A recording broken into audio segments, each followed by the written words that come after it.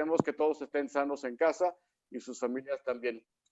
Eva, te doy la palabra. Buenas noches, vamos a leer el acta de la sesión anterior del 12 de junio del 2020. Esta le correspondió al IMO del doctor Fernando Pérez.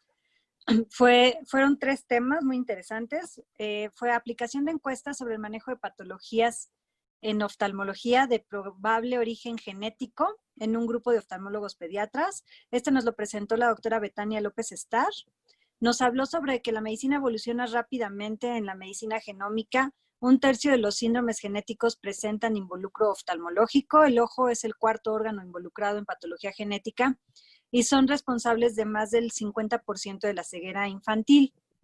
Se dieron cuenta de que no existe una estadística de la frecuencia, por lo que realizaron un estudio para valorar el conocimiento de base que tienen los oftalmólogos pediatras sobre las enfermedades genéticas, así como su habilidad para identificar pacientes. Realizaron un test electrónico en la Asociación Latinoamericana de Oftalmología Pediátrica entre noviembre y diciembre del 2019. Aproximadamente contestaron el 50% de los encuestados y encontraron que el 55% de estos oftalmólogos pediatras no estaban familiarizados con el diagnóstico genético, el 73% no solicitan estudios genéticos y que los padecimientos a los que les realizan los diagnósticos genéticos son cataratas, glaucoma y nistagmos. Lo ideal sería la creación de cursos en línea sobre genética aplicada en oftalmología, congresos enfocados en genética, así como la colaboración con genetistas para el curso. Como conclusión, vieron que hay una gran área de oportunidad y un gran interés de aprendizaje. Después nos habló de diagnóstico genético en distrofias retinianas el doctor Juan Carlos Centeno. Nos habló de que las enfermedades en genética las podemos clasificar en cromosómicas, monogenéticas y multifactoriales. Y bueno, las que nos interesaban fueron las monogenéticas, que en las enfermedades oculares pueden ser de 3 tipos. Mutación, que pueden ser en el mismo origen específico, que son las distrofias corneales, mutaciones en el mismo gen, pero en cualquier sitio del gen. Y la heterogeneidad genética, que son mutaciones en uno de varios genes, que pueden ser ya los glaucomas, la catarata congénita, las distrofias retinianas y los estrabismos. Nos empapó de lo que es la secuenciación nucleotídica, que para ellos es el estándar de oro para identificar variaciones del DNA, y lo que es el diagnóstico molecular, que es con lo que se hace un diagnóstico definitivo y nos da el pronóstico de la función visual, la correlación entre genotipo y fenotipo, y lo más importante es que podemos hacer con esto un tratamiento personalizado de las enfermedades. En oftalmología, lo que más se ha estudiado son las distrofias retinianas, como es la retinosis pigmentaria, las enfermedades de Stargardt, las distrofias conobastón y la maurosis congénita de Leber. Se estudian consecuencias de DNA, que son paneles de genes, exomas cíclicos, exomas complejos y genomas completos. Y bueno, esto analizan de 10 a 30 genomas de una sola vez. Las distrofias retinianas tienen 7,200 genes relacionados, por lo que es un campo muy amplio de estudio. Bueno, la maurosis congénita de Leber es la que ahorita nos interesa, ya que en la mutación RPE65 puede ser candidato a terapia génica. Entonces, lo importante es hacer un diagnóstico genético y avanzar en el Registro Nacional de Enfermedades Oculares. También el doctor Rodrigo Matsui nos habló del diagnóstico clínico de las enfermedades heredodegenerativas de la retina, que son enfermedades caracterizadas por pérdida de la función visual y degeneración progresiva. El fenotipo más conocido es la retinosis pigmentaria. En estas enfermedades se debe hacer diagnóstico clínico y funcional. Podemos utilizar la campimetría cinética, electroretinograma, campimetría cromática o de Humphrey. El diagnóstico estructural lo hacemos con las fotos clínicas, imágenes infrarrojas, el OCT, y el OCT es el principal biomarcador de la capa nuclear externa. La terapia génica para amaurosis congénita de Leber es el Nepavovec Boretig, y es solo para los que tienen el marcador genético de RPE65. Nos habló de las características de la amaurosis congénita y de los cambios en el diagnóstico que podemos hacer. Lo que se hace es una terapia génica de reemplazo, se pone un vector viral, después se aplica, hay una transfección celular y aumenta la enzima RPE65 y se expresa de manera normal el gen en los fotorreceptores y en el EPR. Lo que se ha visto es que se tiene que aplicar en la parte superior de la retina y así mejoramos la capacidad visual inferior. Se tienen que dar 2 inyecciones, una nasal y una superior.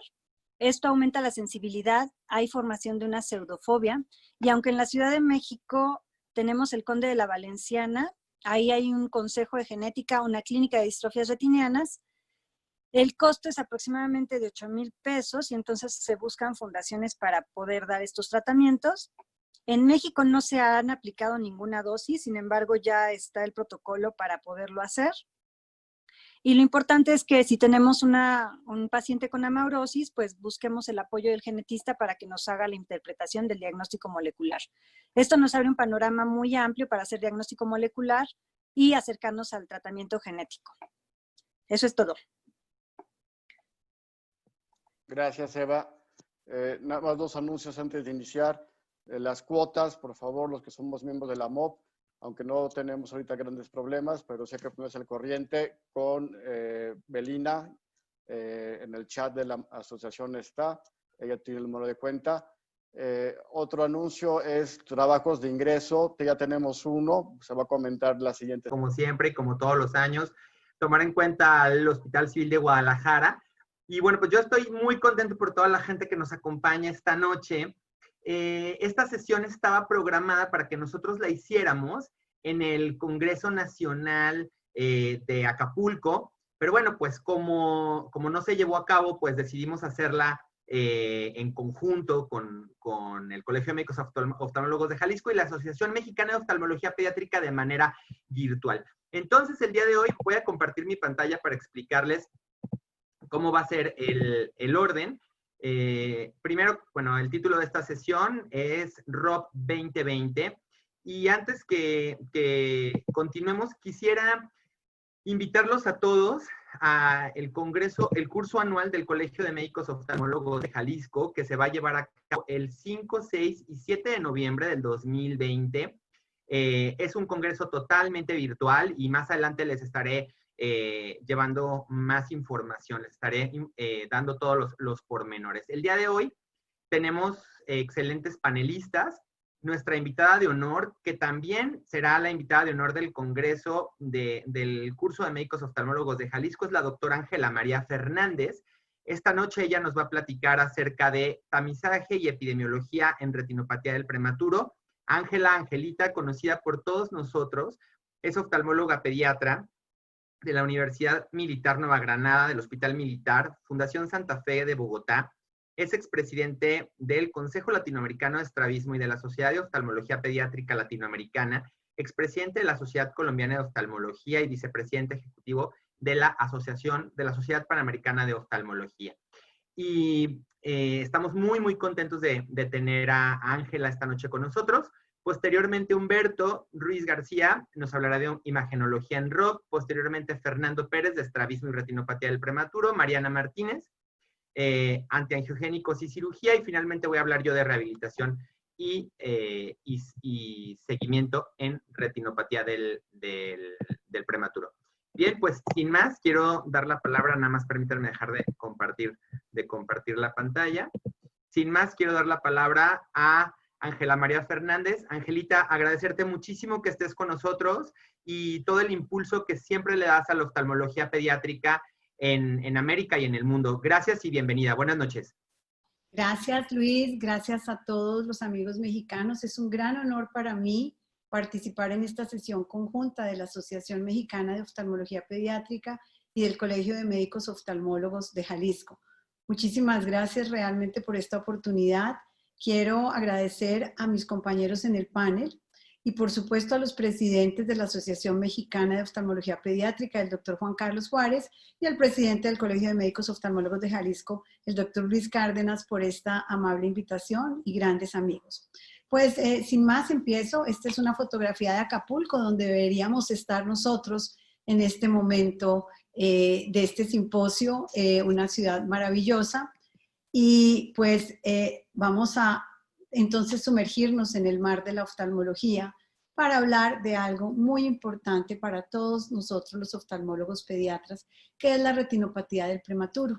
En esta fase de epidemiología y tamizaje quiero recordarles un poco de la historia de cómo estamos nosotros en esta parte de la retinopatía del prematuro, en que el oxígeno que se descubre en 1770, pues empieza a ser utilizado en los niños realmente en unas épocas diferentes, pero en general en los años 30, en los Estados Unidos, básicamente se empieza a utilizar oxígeno en estos niños neonatos. Y la neonatología, como ustedes ven, va a aparecer hasta 1960 realmente como una especialidad. Tengo la ilustración en mi pantalla de una incubadora realmente primitiva, las iniciales, y una incubadora de transporte que ustedes ven que es con hierro, y en sus paredes de hierro había agua caliente, idea tomada de uno de los neonatólogos al visitar la parte de las aves en el zoológico, en que vio que así mantenían calientes los polluelos de las aves. Entonces, recordando que los prematuros y los niños recién nacidos en general tienen una gran labilidad a la pérdida del calor, la temperatura es muy débil, muy lábil, su control. Entonces, esta era una manera de calentarlos y darles una mayor calidad de vida. Vamos a ver qué está pasando con mi computadora. Acá ya. Tenemos ahora, en esta época, nuevas incubadoras mucho más modernas y todo un equipo en el que trabajan neonatólogos, enfermeras, rehabilitadoras, terapistas y por supuesto los oftalmólogos que estamos allí para ayudar a detectar esta enfermedad que nos compromete los ojos. Como ven, las computadoras las incubadoras son mucho más modernas.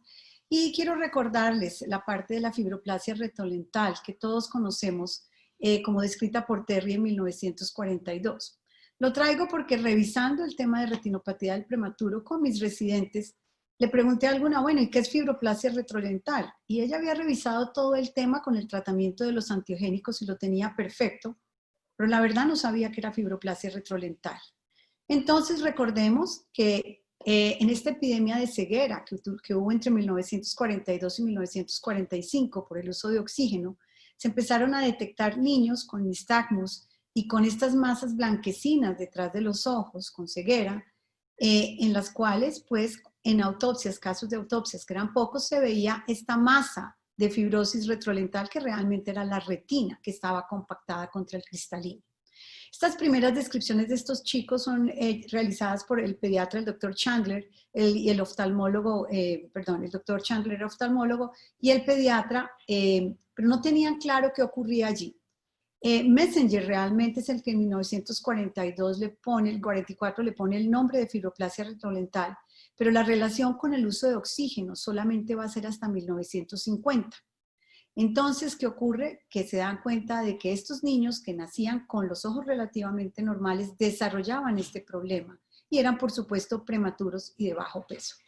Entonces, se desciende el manejo con oxigenoterapia por sus riesgos y en 1960 tenemos un montón de problemas que conllevan la baja del suministro de oxígeno a los recién nacidos prematuros, como son el hecho en el que tenemos problemas porque ya hay mortalidad infantil y hay mayores secuelas a nivel neurológico. Luego se inventan los monitoreos de gases arteriales, los mezcladores de oxígeno, y en los años 70 tenemos una segunda epidemia de retinopatía del prematuro, la cual es tratada afortunadamente con todas las terapias que se disponían en la época, la crioterapia o el láser, pero estaba relacionada a que sobrevivían niños mucho más pequeños y mucho más prematuros. Y ahora estamos hablando de una tercera epidemia de esta retinopatía del prematuro que viene realmente en las 2 últimas décadas, porque cada vez las unidades especializadas tienen una mayor capacidad de tener niños prematuros vivos, inclusive menores de 24 semanas, lo cual pues era una cosa impensable en el pasado. Esta pequeña línea del tiempo nos muestra que hacia 1850 y 1900 es cuando se empieza a tener un interés especial en el bienestar infantil y se inaugura el Hospital de Niños de París. En 1930 tenemos la oxigenoterapia en las unidades de cuidado intensivo neonatal. En el 42 y 44 tenemos la fibroplasia retrolental por esta epidemia. Es importante mencionar que Marshall Parks fue el primer fellow en Estados Unidos de oftalmología pediátrica que empezó realmente como oftalmólogo a revisar niños. En el 50 se identifica esta relación de la fibroplasia retrolental y el oxígeno.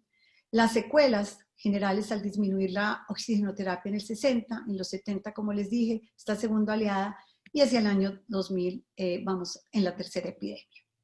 Estas son imágenes que son simplemente los estadios de retinopatía del prematuro, desde los estadios más iniciales hasta los desprendimientos de retina o las retinopatías agresivas posteriores. Estos esquemas maravillosos nos mostraron, nos enseñaron qué ocurría en la vascularización de la retina. Tenemos el artículo del 2011 de Helen Mitz en el New England Journal, en que habla por primera vez de la terapia con antiangiogénicos, o sea, la publica. Y este artículo, muy lindo artículo en que nos muestra ya muchísimo más claramente cómo es esta interacción de lo que es la hipoxia y todo el efecto a nivel de todos los pasos que ocurren en la angiogénesis en la retina. La clasificación, que es cómo tenemos que reportar nuestros pacientes. Y entrando en materia, pues recordar que la retinopatía vascular proliferativa en prematuros, es esta retinopatía del prematuro, su sigla en inglés ROP, es la que utilizamos con generalidad. La OMS nos reporta que hay 1.5 millones de niños ciegos a nivel mundial. En Latinoamérica pues tenemos una gran incidencia, pero de esta ceguera hasta el 44% es prevenible y allí tenemos la incidencia de ceguera en este momento del 25,9% de ceguera. No estoy hablando de retinopatía únicamente, por retinopatía, la cual pues como sabemos es la principal causa prevenible. Esta gráfica de este artículo de la revista de Retinal and Eye Research nos muestra el total de nacimientos prematuros, que es lo que realmente lleva a producir la retinopatía de estos niños, que son los inmaduros con su retina, y cómo está relacionada con el ingreso per cápita, el ingreso económico del país, realmente en qué nivel está el país. Y ustedes ven países de alto ingreso, como pueden ser en los Estados Unidos, Norteamérica, Australia, cómo tenemos Latinoamérica y cómo está la parte del Asia y del suroeste asiático. En las áreas redondas, en las figuras del PAI, nos muestran realmente la relación entre el porcentaje de los recién nacidos prematuros que tienen el problema visual. La incidencia en general en los países con alto ingreso es hasta el 60%. Esto es variable en los países como los nuestros porque tenemos una gran desigualdad en la parte del ingreso económico. No hay una economía pareja, sino hay muy ricos o gente muy pobre. Y entonces también tenemos acceso a servicios médicos muy, muy avanzados y muy evolucionados o a realmente zonas donde los servicios médicos son precarios, que nos ocurre en toda la América Latina, que ocurre también en el Asia y con mucho más proyecciones en el África. El riesgo en peso, siempre el riesgo a menor peso y edad gestacional, conocemos que es el mayor riesgo. Y vamos a ver cómo a nivel del mundo todo esto genera una gran preocupación. Estuve revisando artículos, por ejemplo, en la India, realizaron este estudio con 20 años de seguimiento, o sea, hicieron un estudio con una ventana de 20 años, entre 1993 y el 2013, y encontraron que la incidencia disminuyó del 49% al 26%. Por ejemplo, vemos que en Nueva Zelanda, vamos a ver si logro, no me está saliendo, ¿qué pasa? Perdón, aquí. En Nueva Zelanda tenemos una incidencia diferente en la que la incidencia es del 4.4% y el tratamiento al que llega una necesidad de tratamiento de retinopatía del 0.7%. En Taiwán, del 36% de incidencia con un tratamiento del 9.3%. Quiere decir que hay un 36% de retinopatía del prematuro, pero solamente la necesidad de tratar un 9.3%. Tenemos el África en este estudio de Kenia, en que realmente la incidencia es del 60% y la gran mayoría, del 41% de estos pacientes se trata. Interesante, en este artículo reportan la idea o el concepto de que la raza negra protege un poco a estos bebés prematuros del desarrollo de retinopatía del prematuro, por lo menos en un estadio que sea necesario de tratar. Y al parecer, con otros artículos, se encadena el hecho de que pueden tener un gen protector para en los receptores de antiangiogénicos. Un estudio muy interesante que presenta Turquía en cuanto a la comparación entre la incidencia de retinopatía del prematuro en los niños nacidos en Turquía y los niños hijos de emigrantes sirios. Turquía tiene 3.5 millones de inmigrantes sirios en este momento y realmente lo que se encontró es que sí había una mayor tasa de partos prematuros, pero la incidencia de la retinopatía se daba por igual en ambas poblaciones. Y esta incidencia de partos prematuros se asocia al estrés psicosocial de estas madres que están pues en esta etapa de ser refugiadas en el estado de migración y que muchas de ellas están todavía en campamentos y no en ciudades. Sin embargo, el sistema de salud cobija por igual a todos. En Irán tenemos una tasa del 33% con un 11% de necesidad de tratamiento. Esto ocurre en Hong Kong en un periodo de 10 años. Voy a tratar de mover mi pantalla. Bueno, seguimos a la parte de Palestina, en que tenemos 23.5% de incidencia con 11.3% de tratamiento. Arabia con un 38% de incidencia y 10% de tratamiento. Y vean qué interesante, en Suecia está aumentando la frecuencia de retinopatía del prematuro, del 30% con una necesidad muy baja de tratamiento. Pero esto ocurre al igual que en Suiza, porque están salvando, tienen la posibilidad de tener sobrevida pacientes de menor de 24 semanas de gestación. Entonces, obviamente, son pacientes extremadamente prematuros, con una prematurez extrema, que van a desarrollar la enfermedad, pero que en pocas ocasiones, digamos comparativamente, necesitan el tratamiento. En Canadá está ocurriendo algo similar por las mismas razones.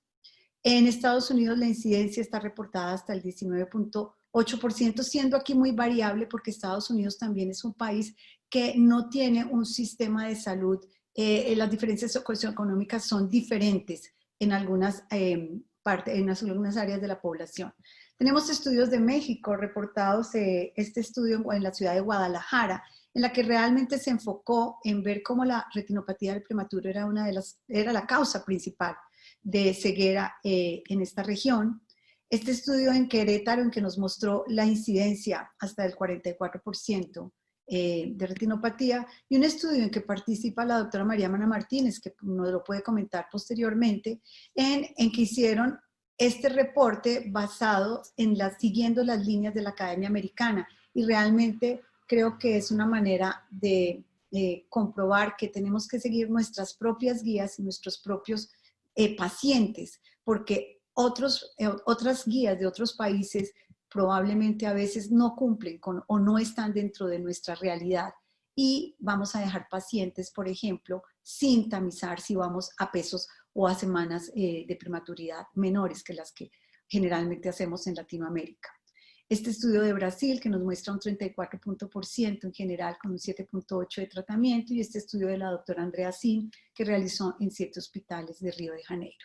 Como ven ustedes, hay una gran variedad, pero las cifras se movilizan acorde a las posibilidades de tratamiento. Es interesante este estudio en que se empieza a hacer el GROP Study, en que vamos a ver qué otros factores podemos tener en cuenta para optimizar el tamizaje. Y la incidencia de este estudio de retinopatía que hicieron Andrea Sin y Glenn Gould, en el que realmente encuentran que las diferencias socioeconómicas son muy importantes cuando nosotros evaluamos nuestros pacientes. Una cortesía del doctor Luis Porfirio Orozco, viendo el bajo peso al nacer en México. Datos de Perú de la doctora Luz Gordillo, la presidenta de la Sociedad Panamericana de ROP, en que nos muestra cómo ocurre también la incidencia de peso al nacer hasta un 30%. El grupo de Argentina, que es uno de los grupos más organizados en Latinoamérica, proyectó este estudio para evaluar la ROP en Argentina en el 2019 y comparar con resultados con anteriores programas. Y vean cómo hay adhesión, hay representatividad en todo el país, hay un 28.8% de retinopatía con un leve descenso, pero los pacientes tratados se mantienen alrededor del 8%. Es muy interesante. Esta es una cortesía del doctor Guillermo Monteoliva, en que es del curso para entender la parte de retinopatía del prematuro. La prevalencia que ocurre en Paraguay, un 20% con una baja tasa de tratamiento. datos de la República Dominicana, en la que tienen un 23%, y en Costa Rica, muy interesante, puede ser la población o el servicio de salud que allí tiene prácticamente una incidencia muy baja y una tasa de tratamiento menor. Puedo hablar de lo que ocurre en mi país, en Colombia. Esta es una cortesía de la doctora Claudia Zuluaga, nuestra coordinadora del área de retinopatía, que en general la conocemos. ¿Cómo se llama la atención en nuestros servicios? ¿A cuál debe ser el control del oxígeno? ¿A quiénes? ¿Qué tipo de valoraciones oftalmológicas vamos a hacer? Aquí a menores inferiores de 2.000 gramos y edad gestacional menor de 36 semanas, con todo este tipo de riesgo. Un peso mayor de 2.500 gramos puede ocurrir a criterio del neonatólogo, y fíjense que a la semana 30 de edad cronológica o a la 4ª semana de vida, y siempre antes de salir de la unidad de cuidado intensivo neonatal. Tenemos esta incidencia, vean ustedes, con un porcentaje de operados menor. Estos son nuestros pósters de difusión del tratamiento. La campaña es muy importante a nivel gobierno. Vean ustedes a quiénes vamos a valorar y en dónde se considera, qué puntos se necesitan considerar para que las unidades estén coordinadas y podamos realizar nuestro trabajo. Esto está basado en la guía de práctica clínica para el manejo de la retinopatía de la prematuridad que la Organización Panamericana de la Salud nos está ayudando, o que ayudó a organizar, nos la congregó. Y vean ustedes cómo se hace esto, con que cuando se realice el primer examen acorde al esquema de edad gestacional, no de peso ni de nacimiento. La edad gestacional, la edad postmenstrual es muy importante, y aquí tenemos los datos en los que podemos ver en Colombia nuestra estadística de cuántos oftalmólogos entrenados hay, cuántos equipos con láser, y sin embargo, miren, esta gran área negra de nuestro país, que es la Amazonía y la Orinoquía colombiana, pues tienen realmente una poca cobertura. Lo mismo, fíjense que hay áreas sin datos, son los extremos del país, la Guajira en el norte, el Chocó, son nuevamente el impacto socioeconómico en la enfermedad. Las áreas donde hay menores recursos es donde tenemos menores posibilidades de tratamiento y, por supuesto, de conocer datos. Importantísimo, cómo debe hacerse el tamizaje y cómo se hace el seguimiento acorde a en qué estadio está la retina, si hay enfermedad plus o no, y realmente la alarma del tipo de tratamiento en menos de 48 horas cuando el criterio se cumple. Es muy importante tener en cuenta estos datos. El doctor Milton Guerra, uno de nuestros oftalmólogos que practica en el área de retinopatía del prematuro, pues también en el área de la costa nos ayuda a todas estas recomendaciones. Por ejemplo, cómo montar el programa, cómo realizar el tamizaje. Algunas personas ponen gotas de anestesia, otras no. Es importante, las técnicas para disminuir el estrés y el dolor durante el examen pueden ayudarnos. Todo el esquema de dilatación con felinefrina al 2.5%. Tener cuidado con esto de la fenilefrina, por ejemplo, en Colombia hay fenilefrina al 2.5% y hay al 10%. Y resulta que en algunas ocasiones, si la gente de la unidad o quien está a cargo de los dilatadores no tiene en cuenta esto, porque para ellos ese porcentaje probablemente no signifique nada, pero sabemos que no se puede aplicar a un prematuro una fenilefrina al 10%, por supuesto, por todos los riesgos cardiovasculares que puede implicar. Pero es importante que esto se explique muy bien en la unidad. Tenemos el tiempo posible para el examen, fijándose en esto, cómo se debe realizar el tamizaje. Y tener en cuenta que esto es un trabajo de equipo, es un trabajo en que trabajamos con la unidad, con las enfermeras, con los médicos neonatólogos, con las terapistas y con los padres, quienes tienen que entender el riesgo al que está expuesto su hijo y entender que deben hacer el seguimiento. Bueno, una gráfica de cortesía del doctor Luis Porfirio Orozco, en el que vemos cómo nuestros países latinoamericanos estamos en el área del riesgo alto. ¿El riesgo alto para qué? No para desarrollar retinopatía del prematuro, porque fíjense que hay prematuros en todo el mundo y en los países desarrollados cada vez mucho más jóvenes, más tempranamente logran sobrevivir, sino para el riesgo alto de tener una ceguera por retinopatía del prematuro, porque todavía no contamos con todos los centros pudiendo realizar el tamizaje adecuado y del tratamiento que este implica cuando se necesita. Lamentablemente hay áreas donde los pacientes llegan tarde y seguimos teniendo muchos niños ciegos por retinopatía del prematuro. Quiero compartirles un trabajo que está haciendo el Consejo Internacional de Oftalmopediatría, la IPOS y estrabismo, en que esta es una campaña que tienen en el África subsahariana, en que están tratando de entender cómo pueden ayudar a áreas como el África, en que de pronto la tasa es menor, pero es porque los prematuros allí no sobreviven, como pueden sobrevivir en Suiza. Entonces tienen, digamos, hay que mirar diferentes enfoques del estudio. Acá se ve qué países reportaron que había, vean ustedes como en la República del Congo, pues no hay láser, no hay posibilidades de tratamiento, no hay participación en telemedicina, hay carencia de muchas cosas. Finalmente, agradecer a todos nuestros compañeros que trabajamos en retinopatía del prematuro, a quienes amablemente me compartieron sus datos, les agradezco muchísimo. Y esta es la fotografía del último grupo que tuvimos el año pasado en la reunión regional de retinopatía del prematuro, donde se validaron los conceptos que se habían realizado en la reunión anterior en Bogotá. Con esto me despido. Quiero darles gracias por su atención y nuevamente muy contenta de estar con ustedes.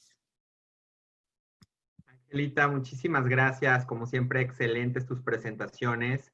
Y de verdad que siempre es un gusto tenerte y compartir contigo, que ha sido siempre una gran impulsora, como dije hace rato, de la oftalmología pediátrica y por supuesto de la retinopatía del prematuro. Y al final estaremos haciendo un panel de discusión. Dime, Mariana. Le presto la diapositiva del estudio que dice que hicimos Claro. aquí en México. Sí, adelante. Sí. Sí, gracias Mariana. Sabía que la tenías. Sí la tengo. Claro, es tuya. Mira, son niños que incluimos y vimos cuántos se llaman outliers, o sea, que se salían de lo que nos dice la Academia Americana. Claro, exacto. Y resulta que 1 de cada 3 de los niños que tuvimos enfermos salía de lo que dice la Academia Americana. Es decir, que en 2 años que duró el estudio, 18 niños prematuros se nos hubieran ido ciegos si no los hubiéramos revisado. Y basados en esto fue que se cambió la ley en México. Y los Excelente. De eso se trata, de que cada vez los países las regiones puedan tener sus datos y poder estudiar sus características propias, porque precisamente incluí eso porque sabía que quién mejor para comentarlo que tú. No, y tienes razón, o sea, cada país tiene sus detalles, entonces esa es la importancia, y sobre todo si ahorita hay becarios o residentes que nos están siguiendo, ahí tienen un campo muy amplio para poder realmente hacer la diferencia en su comunidad, o sea, hacer algo que modifique la vida, y un solo niño que se libre de ser ciego, de verdad que valió la pena que se sentaran ustedes a sacar números y todo. Total. Totalmente. Muchas gracias, Mariana, y gracias a Angelita. Ahorita vamos a hacer un panel de discusión de todos al final. Y quiero presentar al doctor Humberto Ruiz García. Beto es expresidente del Colegio de Médicos Oftalmólogos de Jalisco para el periodo 2019. Él es un médico oftalmólogo especialista en retina médica y quirúrgica y tiene mucha experiencia en imagenología en retinopatía del prematuro. Entonces, me gustaría, por favor, Beto, que nos presentaras tu tema. Adelante.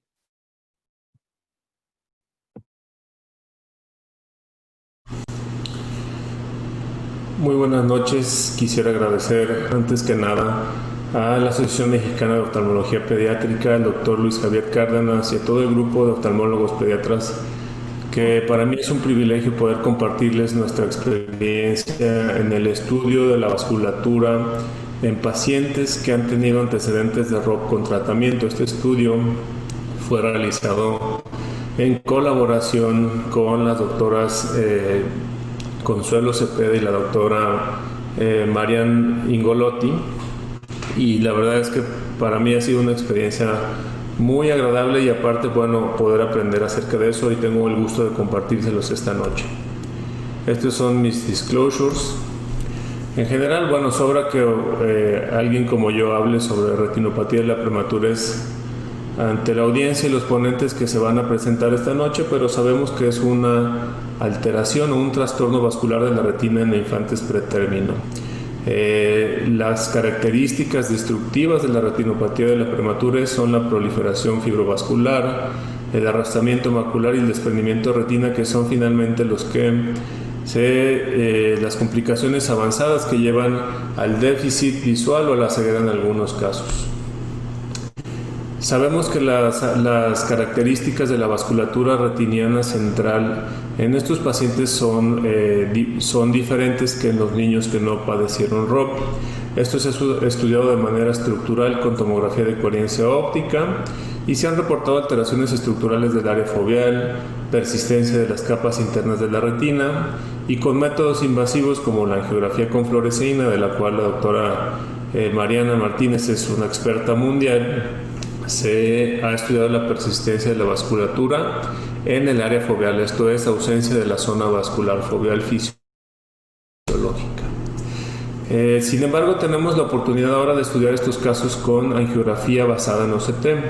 La angiografía basada en OCT es un estudio no invasivo y que se basa en la imagen de contraste de movimiento. Yo creo que ya en general los oftalmólogos generales, incluyendo oftalmólogos pediatras, están familiarizados con lo que es el OCT y el OCTA en particular. Y esta tecnología toma la ventaja de la gran velocidad de adquisición que tienen los tomógrafos actualmente. ¿Qué principio físico se utiliza para poder encontrar el flujo vascular en estos casos? Se conoce como descorrelación, y esta es la diferencia entre la intensidad o amplitud de la señal de dos rastreos obtenidos al mismo tiempo. Esto es, pasa dos veces el escáner por la misma zona y estos B-scans se comparan. Y lo que hace el instrumento es eliminar el movimiento natural del ojo para aislar estos movimientos del tejido que está estático del movimiento de los eritrocitos, y eso es lo que nos permite crear imágenes.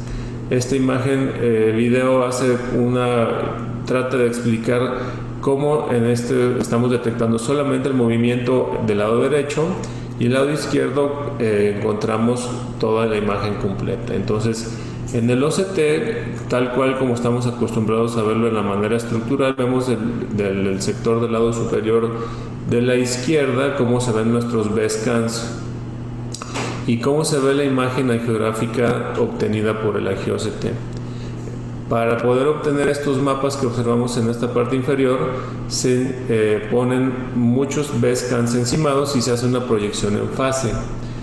De tal manera que por esta técnica que detecta el contraste por movimiento, entendemos que la imagen angiográfica corresponde a estas partículas que se encuentran en movimiento. Les recuerdo pues que este es un estudio no invasivo y pues evita los riesgos adversos potenciales que tiene una angiografía con fluoresceína, y aparte, como es imagen completamente digital, se pueden utilizar métricas basadas en software, filtros y otra serie de ayudas que nos pueden ayudar a sacarle el mayor provecho a la información. Desde que se tiene la tecnología de OCTA, se ha utilizado para estudiar pacientes con vasculopatías, incluyendo la retinopatía de la prematurez, y un grupo japonés demostró los cambios que existen entre los pacientes sanos o sin antecedentes de retinopatía de la prematurez y los que no. Y el principal es esta disminución o ausencia de la zona vascular de la fovea. Ellos estudiaron pacientes en los cuales encontraron una diferencia significativa en el área de la zona vascular foveal, y esto se ha corroborado en diferentes estudios. De la misma manera, y debido a la presencia de estos vasos en la zona vascular foveal, por lo mismo la densidad de vasos, que fisiológicamente es menor en la zona vascular foveal, es mayor en los pacientes que tienen retinopatía de la prematurez. Otro artículo que correlaciona la tomografía de coherencia óptica angiográfica con el grosor foveal y la agudeza visual en pacientes con retinopatía de la prematurez, y encontraron diferencias estadísticamente significativas tanto en el área de la zona vascular foveal estudiada por AngioCT, la densidad vascular aumentada en los pacientes que tienen antecedentes de retinopatía de la prematurez, y el grosor retiniano central aumentado en los pacientes que tenían la presencia de capas internas de la retina en OCT estructural. De tal manera que esto está bien caracterizado. Nosotros nos dimos a la tarea de estudiar un grupo de pacientes mexicanos en la ciudad de Guadalajara con el apoyo de la doctora Cepeda y el trabajo arduo de la doctora Ingolotti, hicimos un estudio comparativo en 4 grupos de pacientes. Pacientes de ROP tratados con láser, pacientes con ROP tratados con antiangiogénicos, pacientes pretérminos que no presentaron retinopatía de la prematurez clínicamente y controles sanos. Tuvimos un total de 88 ojos. Una vez mencionar la importancia de mis colaboradoras, y en el grupo de los pacientes con láser tuvimos 30 ojos, en el grupo de los pacientes tratados con antiangiogénico 14, en los pacientes prematuros sin ROP 26 y 18 ojos controles. Aquí encontramos pues que las diferencias en las características clínicas corresponden a la necesidad de tratamiento. Y bueno, sabemos también pues que los pacientes, mientras mayor afección tengan por retinopatía de la prematurez, probablemente tengan un defecto refractivo orientado hacia la miopía más probablemente, y eso también se vio en nuestro grupo. Estas gráficas de PAI nos muestran cómo en el grupo de los pacientes tratados con láser hubo una presencia bastante equilibrada de zona vascular foveal, aunque aquí no estamos distinguiendo si está disminuida o no. En el grupo 2 de los pacientes tratados con antiangiogénico, la mitad de los pacientes tuvieron zona vascular foveal visible por angio-OCT y la mitad tuvieron ausencia de. Y en los pacientes que tuvieron prematurez pacientes pretérminos sin ROP, la mayoría de los pacientes presentaron zona vascular foveal vista por angio-OCT. Sin embargo, un grupo reducido sí presentó cambios y ausencia de la zona vascular foveal, mientras que los controles sanos tuvieron una zona vascular foveal en su totalidad. Corroborando los hallazgos de otros estudios, encontramos una diferencia importante en el área de la zona vascular foveal de los pacientes tratados con fotocoagulación comparado con los pacientes sanos, y el grosor macular, que ya se reporta como aumentado en los pacientes que tienen antecedentes de retinopatía de la prematurez. Sin embargo, no encontramos diferencias en el grosor coroideo, y se encontró una diferencia entre los pacientes sanos y los pacientes tratados con antiangiogénicos cuando hablamos del grosor de las células ganglionares, que es algo que amerita estudiarse más a fondo. En estas imágenes estamos viendo pacientes que son de término, que tienen características normales tanto en el angio-OCT, en los dos plexos que se estudian, el plexo superficial y el plexo profundo, y la presencia de una depresión foveal fisiológica. En los pacientes estos son una muestra de los pacientes que no tuvieron retinopatía de la prematurez, pero podemos ver claramente cómo hay disminución de la zona vascular foveal vista en el plexo superficial, pero sí hay una ausencia de circulación o de presencia de señal de circulación en el plexo profundo, y lo mismo vemos también en este otro caso, disminución y alteraciones de la zona vascular foveal en el plexo superficial, pero sí se encuentra un plexo profundo avascular. Pacientes tratados con láser, también alteraciones con ausencia o disminución marcada de la zona vascular foveal. Y en pacientes tratados con antiangiogénicos observamos también esa tendencia a que sea pequeña o disminuya o desaparezca la zona o no se desarrolle esta zona avascular foveal. Nos preguntamos por qué. Bueno, se entiende que en la vasculogénesis de la retina hay una vascularización progresiva de la zona vascular foveal, que es inducida o que es mediada por la presencia de VEGF inducida por la isquemia. Entonces, al nosotros inhibir la presencia de factor de crecimiento en el endotelio vascular, sea con fotocoagulación o con inhibición de los antiangiogénicos, puede haber esa vascularización progresiva, y afortunadamente en algunos casos no se refleja en la agudeza visual. De tal manera que el aprendizaje de este estudio y los estudios que son comparables son que los pacientes que tengan retinopatía de la prematurez que requiera tratamiento habitualmente pueden presentar disminución o ausencia de la zona vascular foveal. La presencia de capas internas de la retina se asocia a un grosor macular central aumentado, y que este estudio es de gran valor porque es no invasivo y provee información muy útil en el estudio anatómico y funcional de las secuelas de la retinopatía de la prematurez. Obviamente, la mayoría de los instrumentos de OCTA requieren que el paciente coopere y bueno, esto es una limitación que iremos superando.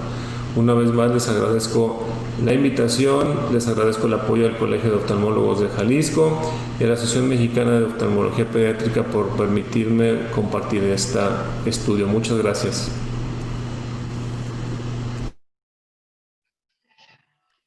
Muchas gracias, Beto. Gracias por tu excelente presentación. Igual al final tendremos nuestra mesa redonda. A continuación, quiero pedirle al doctor José Fernando Pérez Pérez. Pérez, ¿estás por ahí? Aquí estoy. Ahí está el gran Fer. Pero muchísimas gracias por acompañarnos. Fernando es un excelente oftalmólogo pediatra, estrabólogo, expresidente de la Asociación Mexicana de Oftalmología Pediátrica, expresidente del Centro Mexicano de Cirujanos Refractivos y de Catarata, y es el actual presidente de la Sociedad de Oftalmología Pediátrica Latinoamericana. Así que Fer nos va a presentar el tema de estrabismo secundario a retinopatía del prematuro. Adelante, Fer. Gracias y buenas noches. Muy bien, gracias, Luis. Bueno, antes que nada, quisiera aclarar que yo no fui presidente de Catarata y Cirugía Refractiva, no. Digo, sí estuve en la mesa directiva, pero no. Nada, fui presidente del Centro Mexicano de Estrabismo.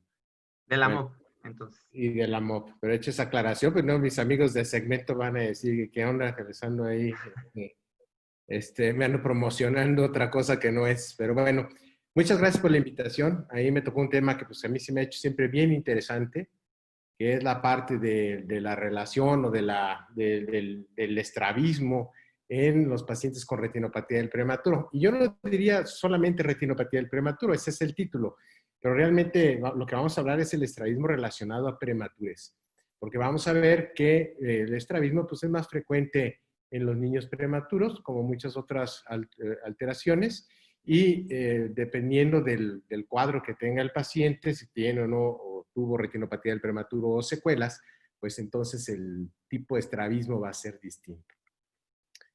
Bueno, no hay ningún interés en el presente trabajo y, bueno, una definición muy básica de lo que es retinopatía del prematuro y básicamente pues esta alteración puede dar una multitud de secuelas que van desde la pérdida de la visión como tal y en este camino pues podemos tener muchas alteraciones de las cuales el estrabismo la podemos encontrar en hasta la mitad de los pacientes, lo cual es importante saberlo identificar y saber qué tipos de estrabismo vamos a poder tratar en estos pacientes. Recapitulando un poco, ya lo mencionó Ángela, a través de la historia del estudio de la retinopatía del prematuro, pues ha habido muchas cosas anecdóticas, ¿no? Inicialmente la identificación de la relación con la saturación del oxígeno, que trajo como consecuencia una disminución o el tratar de disminuir la frecuencia de retinopatía del prematuro disminuyendo la saturación, lo que trajo pues, una mayor tasa de mortalidad, ¿no? Entonces ha habido este juego entre subirle y bajarle al oxígeno y actualmente pues sabemos que el uso racional y el vigilar la saturación en forma estricta es uno de los factores más importantes en cuanto a la prevención de retinopatía del prematuro. También sabemos desde el punto de vista epidemiológico pues que sigue siendo una de las causas más importantes de ceguera prevenible a nivel infantil en el mundo y que se da a todos los niveles, como también lo mencionó Ángela, tanto en países en vías de desarrollo como en países desarrollados por la posibilidad de sacar a niños de muy bajo peso, se siguen presentando las secuelas importantes de retinopatía del prematuro. En Querétaro hicimos un estudio enfocado básicamente a saber cuál era la causa principal de ceguera infantil y sigue siendo las secuelas de retinopatía del prematuro la causa número 1 de ceguera infantil. Entonces todavía hay mucho trabajo que hacer para poder prevenir estos pacientes que se siguen quedando ciegos. Ya desde el estudio de CRIO-ROP, de los primeros estudios, ya habíamos visto que esta relación que hay entre la edad gestacional y el bajo peso al nacer y esta pérdida del equilibrio entre los factores ambientales y los factores de maduración del paciente que nos van a dar como consecuencia pues, que el paciente tenga retinopatía del prematuro y dependiendo de las secuelas, pues también la presencia de estrabismo, ¿no? Voy a platicar un poquito acerca de la experiencia que yo tengo. Yo empecé con esto de retinopatía del prematuro en el Hospital General de México ya hace como unos más de 20 años, cuando decidimos hacer la clínica de retinopatía del prematuro. Y tuvimos que hacer un estudio piloto para poder justificar que necesitábamos ir a hacer el tamizaje en la unidad de cuidados intensivos neonatales del hospital. Como me imagino que a muchos de ustedes les ha de haber pasado, de los más viejitos de aquí, había mucha reticencia de los neonatólogos en un inicio para que fuéramos a revisar a los pacientes. Entonces nos dimos cuenta desde entonces, bueno, que la frecuencia de retinopatía del prematuro era importante, ¿no? Y ahora los estudios que tenemos más actuales, como este que ya mencionó también Ángela en Querétaro, reciente, hecho por el Departamento de Retina con la doctora Paulina Ramírez, vemos que la frecuencia global de retinopatía del prematuro pues, es hasta de un 60% y casi un 30% de ellos pueden llegar, son los pacientes que van a requerir de tratamiento. Dentro de las secuelas, pues vemos que es muy importante la baja visual. Estas son secuelas de pacientes del estudio de CRIO-ROP. La miopía, que se presenten hasta un 80%, y el estrabismo y la ambliopía, que son dos de las principales secuelas que tenemos, que pueden llegar a presentarse en hasta la mitad de nuestros pacientes. Entonces, lo que voy a tratar de hacer a continuación es de hablar un poquito y de tratar de clasificar cuál es el estrabismo que vemos en los pacientes con prematurez y después cuál es el estrabismo que vemos en los pacientes con secuelas de retinopatía del prematuro, que es probablemente distinto y diferente. Y bueno, no puedo hablar de eso sin mencionar antes que lo más importante es primero identificar cuáles son los factores de riesgo de baja visual y de generación de ambliopía para poderlos identificar y manejar.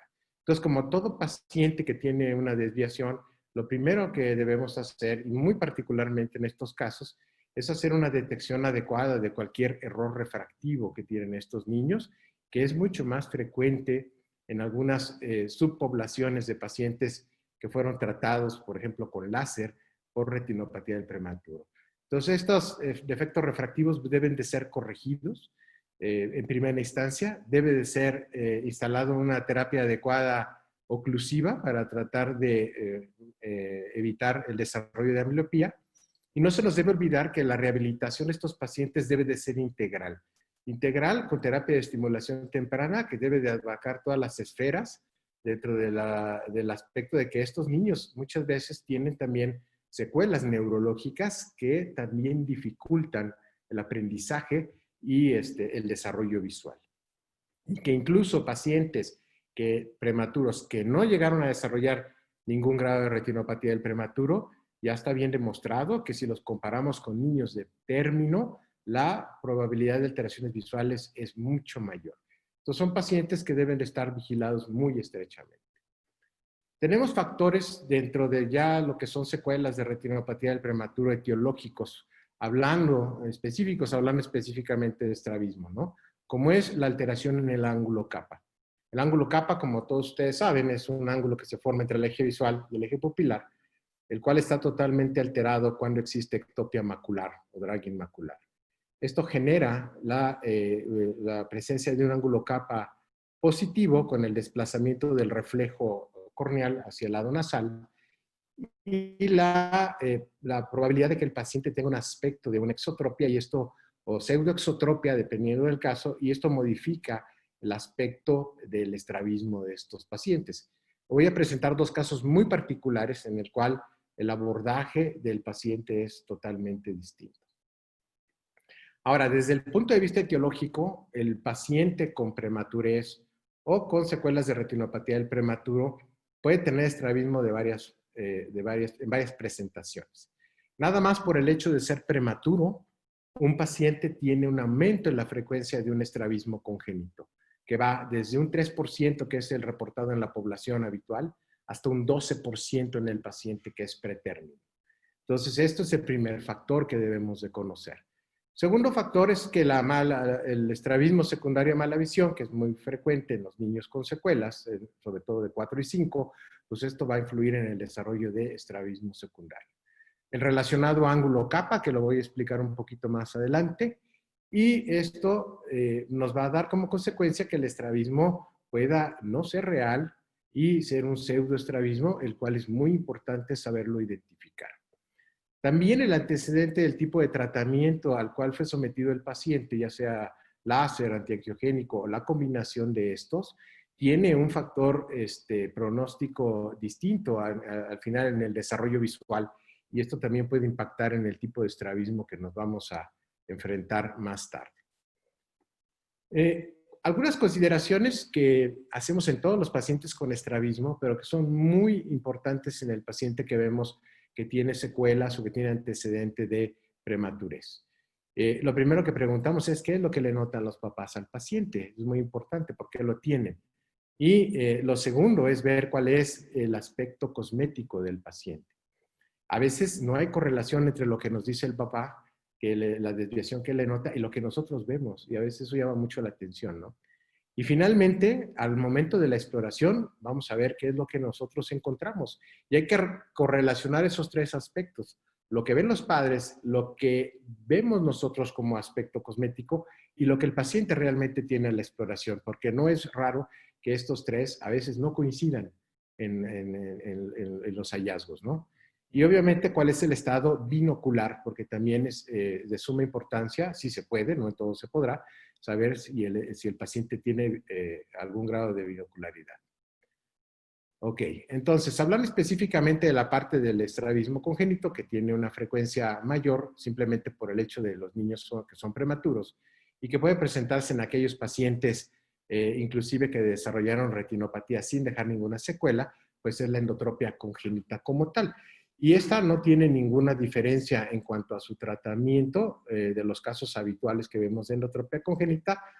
Las manejamos con toxina botulínica, y aquí la gran ventaja del uso de la toxina botulínica en estos casos es que podemos usarla de manera muy temprana, incluso durante la fase que el paciente está en vigilancia o está para ser tratado con láser, y ya el paciente tiene un estrabismo. Entonces aprovechamos para hacer el tratamiento en ese momento y ofrecerle al paciente pues un mejor resultado a un más corto plazo.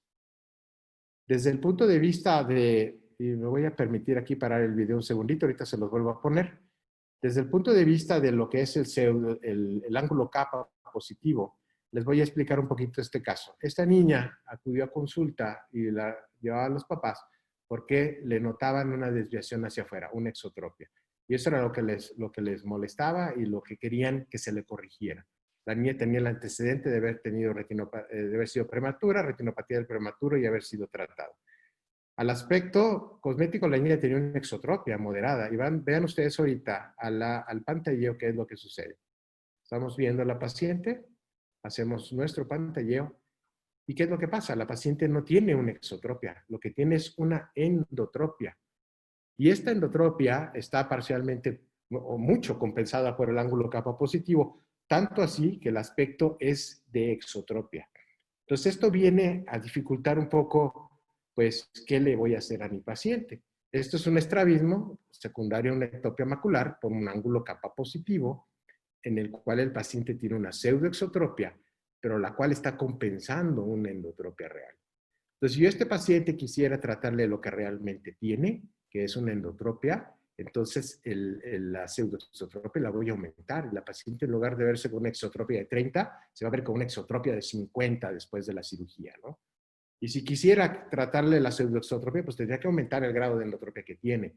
Entonces, es difícil la decisión en estos casos. Probablemente muchas veces terminemos no haciendo nada y darle vigilancia al paciente y ver si más adelante hay algo que podamos nosotros hacer por el aspecto cosmético del paciente.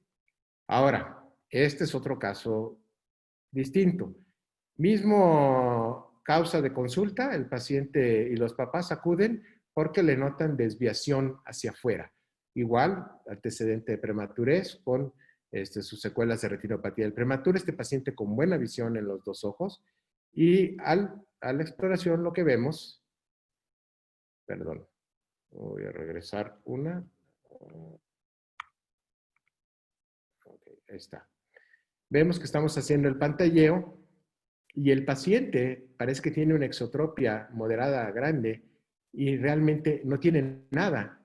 El paciente está en ortoposición, tiene una exoforia muy chiquita y no tiene una desviación como tal. Este paciente ya estaba preparado para operarse en otro lugar, para hacerle una cirugía de estrabismo, cuando el paciente pues, está en ortoposición, tiene fusión demostrada con la prueba de Ward y es un paciente que tiene sus ojos derechos, aunque parezca que tiene estrabismo. Entonces es un paciente que está totalmente contraindicado hacerle nada. Y estos pacientes pues pueden, y tenemos pacientes que han sido operados y es pues, un desastre, porque le das al traste con la binocularidad y el paciente va a terminar con diplopia. Entonces podemos concluir pues, que hay que hacer un interrogatorio muy adecuado en los pacientes que vemos con ángulo kappa positivo. Lo primero que yo les interrogo son los antecedentes de prematures. Aunque hay pacientes con ángulos kappa positivos muy intensos que no fueron prematuros, la gran parte de estos pacientes tienen el antecedente y si no lo saben, cuando nos asomamos y vemos el fondo de ojo y encontramos eso, pues ya tenemos ahí el diagnóstico, ¿no? Obviamente estos casos, dependiendo de la edad del paciente, pues requerirán una vigilancia estrecha. Y bueno, el mensaje final es que no todos los estrabismos, entre comillas, son quirúrgicos y que hay que estar muy pendientes de estos casos. Quiero terminar nada más rindiendo un pequeño homenaje a mi maestro David Romero Apis, que acabamos de inaugurar nuestra nueva zona de oftalmopediatría y estrabismo ahí en el IMO en Querétaro y le quisimos poner esta placa de reconocimiento a David. Ahí lo ven ustedes en esa foto con la doctora Maristela Arroyo, también maestra mía. Y bueno, pues con mucho cariño para David, la dedicatoria de esta plática. Y finalmente invitarlos a un webinar que vamos a hacer de la Sociedad de Oftalmología Latinoamericana de Pediatría el 30 de julio. Ya les compartiremos toda la información para que nos acompañen en la corrección de errores refractivos en pediatría. Muchas gracias, Luis. Muchas gracias, Juan Carlos. Y bueno, por esto termino. Muchas gracias, querido amigo, por esta excelente presentación. Y efectivamente, no todos los estrabismos secundarios a retinopatía del prematuro se operan. Hay que rehabilitar y platicaremos de eso un poco más adelante. Gracias, Fer. Quédate con nosotros, por favor. Y bueno, pues ahora quiero presentar a otra gran amiga. Por cierto, todos los panelistas que están en este webinar, incluidos el doctor Juan Carlos Juárez y la doctora Eva, van a estar presentes en el Congreso Internacional del Colegio de Médicos Oftalmólogos de Jalisco. Esto es solo una probadita de los temas que vamos a tener de sumo interés para todos ustedes como oftalmólogos pediatras. La doctora Mariana Martínez Castellanos es médico especialista en retina, es retinóloga pediatra, es una autoridad a nivel internacional en retinopatía del prematuro, es una cirujana experta en estos casos. Yo diría es experta en casos muy, muy difíciles.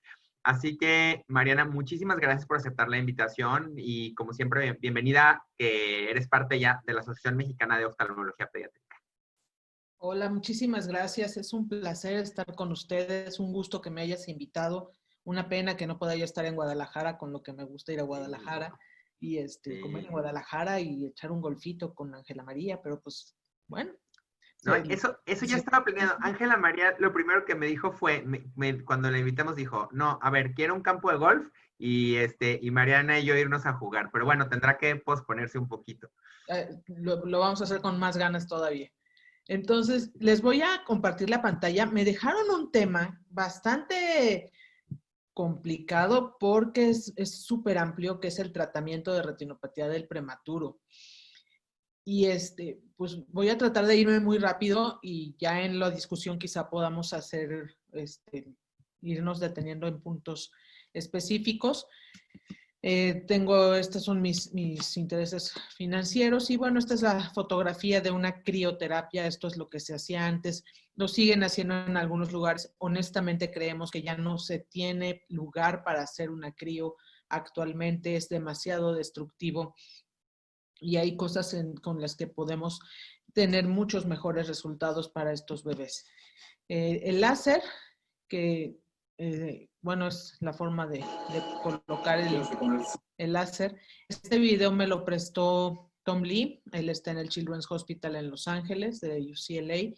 El láser tiene que ser con lesiones muy, muy confluentes. Son muchos disparos, 2,000 a 3,000 disparos por sesión. No es fácil, es bastante complicado poner un buen láser, lleva una curva de aprendizaje larga, y pues es con muchos de los pacientes que nosotros vemos que es que ya me pusieron 3 láseres, o sea, yo ya me imagino que la retina va a venir muy lastimada porque no le pusieron un láser de forma adecuada. Lleva una curva de aprendizaje muy larga y no todo el mundo lo sabe hacer. Es un excelente tratamiento, lo ha sido por muchos años. Todavía la última clasificación de retinopatía del prematuro lo incluye como el tratamiento de elección. Ya en los siguientes meses, ahorita estuvo un poquito parado lo de la clasificación nueva, el ICROP, el nuevo que es la actualización. Ya no es el tratamiento de elección, ya lo ponen como opción de tratamiento, pero ya no como el de elección. Y sigue siendo un tratamiento que bien hecho tiene buenos resultados, pero no deja de ser una cosa ablativa. La terapia antiangiogénica se empezó a usar, nosotros la empezamos a usar desde septiembre del 2005, es decir, que ya tenemos muchos años usándola. Ya nuestros primeros pacientes son niños que tienen 15 años, ya son adolescentes, ya tienen un seguimiento largo. La forma en que hacemos la terapia es con el niño despierto, ya no tenemos que anestesiarlo, ya no tenemos que hacer cosas especiales. Y para dormirlos y esto, como por ejemplo con el láser, que es un poco más complicado, se hace una inyección como en el adulto, que se tiene que limpiar bien con iodopovidona, esperar 2 o 3 minutos con la iodopovidona, pero aquí la inyección se hace a 1 milímetro de limbo. Y esto es importante recordarlo porque en el BitRop dice a 3 milímetros. Y a 3 milímetros, pues básicamente le estamos poniendo el medicamento en el ecuador. Esto es cómo va cambiando por angiografía la retina, cómo estaba enojada en la primera foto y cómo primero se van los neovasos y después la vasculatura empieza a crecer hacia la periferia. Este es un seguimiento a 3 años de un niño, una niña. Esta niña, pues vemos la primera fotografía, cómo está activa la retinopatía, como el OCT nos enseña que hay lesiones en la línea de demarcación, cómo se inactivan, cómo la mácula empieza a cambiar, tiene estas áreas quísticas que no sabemos todavía si son quistes o si son por el mismo VEGF. Acuérdense que el VEGF, por ejemplo, en los diabéticos, pues va a inducir edema macular también. Entonces no sabemos si esto es edema o simplemente son fotorreceptores que todavía no migran hacia el lugar donde tienen que migrar. Después el vitrio se llega a separar de donde estaba esa línea de demarcación y después vemos cómo dejan áreas de atrofia en donde alguna vez estuvo la línea de demarcación y la mácula empieza a tener una configuración más normal. Esta es la foto del antes y después de dónde estuvo la línea de marcación y cómo los vasos siguieron progresando. Efectos adversos de los antiangiogénicos. Bueno, uno es que haga una membrana periférica. Otro que es el más temido, que es el crunch, que se cierre el vitrio y nos desprenda la retina. Las hemorragias intravítreas, que finalmente se resuelven, son de fácil resolución. La persistencia de la periferia avascular. Y esto, si tenemos tiempo, después lo podemos tratar, porque ahora que tenemos las cámaras de campo ultra amplio, la Optos o la de Zeiss, hemos estado viendo pacientes en quienes encontramos que tienen esta periferia avascular, que es un remanente de lo que fue la retinopatía del prematuro, en gente que claramente no fue tratada con antiangiogénicos, ¿no? Simplemente fueron prematuros, nunca desarrollaron una retinopatía que requiriera tratamiento en su momento, y años después nos damos cuenta que nunca se terminó de vascularizar esa área de la retina. Vascularización de los vasos grandes, ¿no? Los capilares sí están ahí, pero los vasos grandes, entonces No sabemos qué tanto sea por el antiangiogénico o qué tanto sea porque simplemente esa retina no requirió no tiene una demanda metabólica suficiente para que se desarrollen esos vasos y nada más por haber sido prematuros.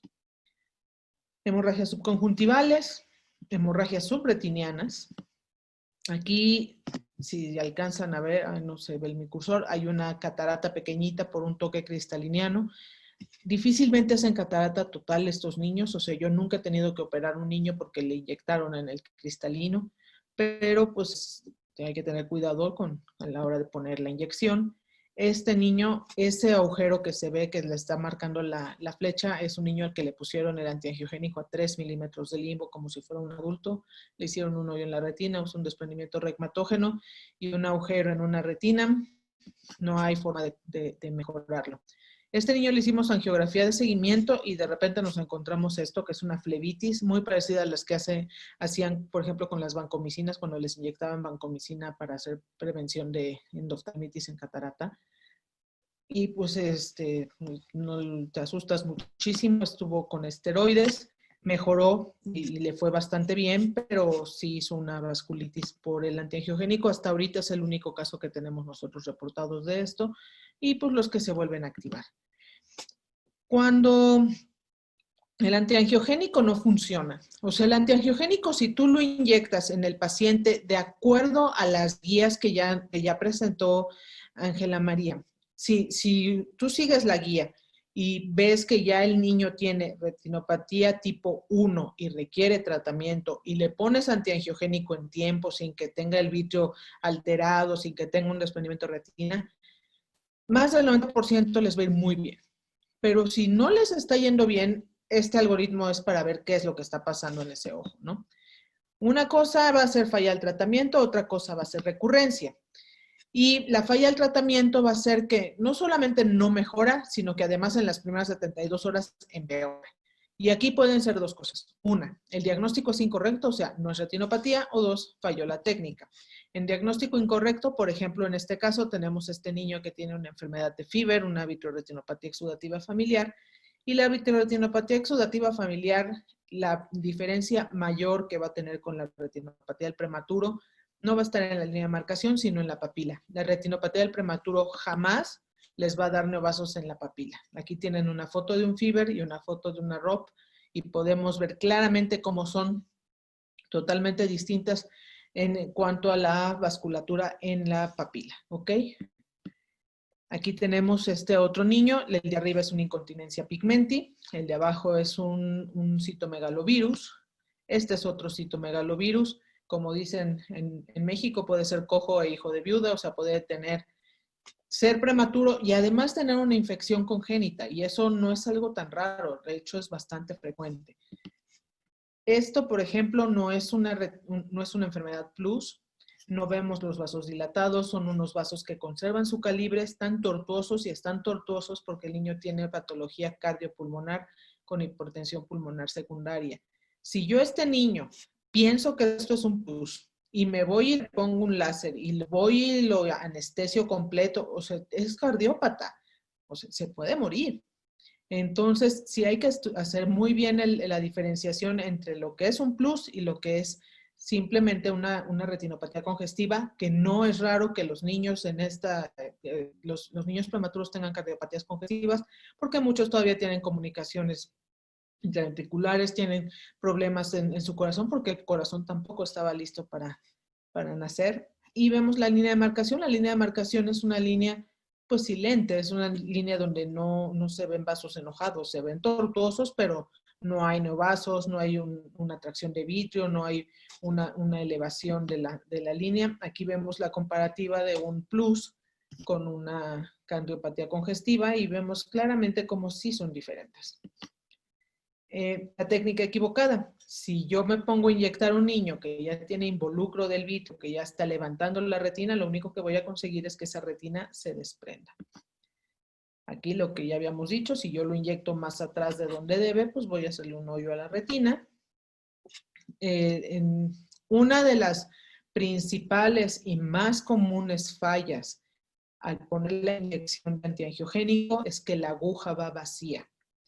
Siempre se tiene que aforar, tienen que tomar mucho más medicamento del que van a inyectar. Nosotros inyectamos dosis muy chiquititas, el Rainbow usa dosis más altas, pero son dosis aún así muy pequeñitas. Eso se queda en la aguja, se queda en el cuerpo de la aguja. Tienen ustedes que tomar más medicamento, aforarlo con la aguja y poderlo inyectar, porque es muy frecuente que la aguja vaya vacía. Nosotros utilizamos estas agujas que son calibre 32 de 4 milímetros. Ahí la comparo con una calibre 25 de insulina. Y estas agujas, pues hay que pedirlas. Ahorita es un show importarlas por todo lo que está pasando, pero a mí me funcionan bien. Si no, pues una 32 normal funciona bastante bien. Luego, la recurrencia. Es cuando ya una vez que los vasos se fueron, de repente regresan. Entonces, aquí tenemos algunas imágenes de recurrencias. La primera recurrencia y de la cual tenemos que buscarle es, por ejemplo, cuando dicen, es que ya me pusieron láser, ya le pusieron láser a mi bebé, y nos asomamos y pues claramente vemos que es un láser insuficiente. Obviamente entra en una isquemia severa y va a tener consecuencias. Este niño ya fue inyectado con antiangiogénico, ya es un ojo en calma, pero pues podemos ver claramente dónde sí tiene láser y dónde no tiene láser. Aquí tenemos otra recurrencia, la línea de marcación. Hacen vasos en la línea de marcación y hacen por fuera de la línea. La gran mayoría de estos niños, no todos, pero la gran mayoría de estos niños vuelven al oxígeno por alguna razón con su pulmón o algún problema sistémico. Nosotros vemos muchas menos recurrencias que, por ejemplo, en países como Estados Unidos, en donde la mayoría de los niños que van a ver con, por ejemplo, una agresiva posterior, son niños que nacieron de 22, 23 semanas. Acá en México difícilmente vemos un niño de 22, 23 semanas. La gran mayoría de los que tenemos son niños que nacieron de 30, 32 semanas. Entonces sí son poblaciones distintas. Nosotros vemos mucho menos recurrencias que lo que ven en Estados Unidos, y la razón es que pues, inyectamos niños más grandes. Las recurrencias tienden a ser al poco tiempo, en los primeros meses hay que estarlos vigilando, particularmente si siguen con el oxígeno, si desarrollan broncodisplasias pulmonares, si están todavía sépticos o problemas con su corazoncito. Aquí tenemos doble línea de demarcación que requirió 2 inyecciones. Y cuando no es recurrencia, por ejemplo, está esta hemorragia, pero le hacemos angiografía y vemos que la línea de demarcación está tranquila, no está elevada, no tiene neovasos, no nada. Muchas hemorragias en los prematuros son porque se separa el vítreo de donde estuvo en algún momento esa línea de demarcación y sangró. Y tarda muchísimo tiempo en absorberse esa sangre. Aquí hay otra.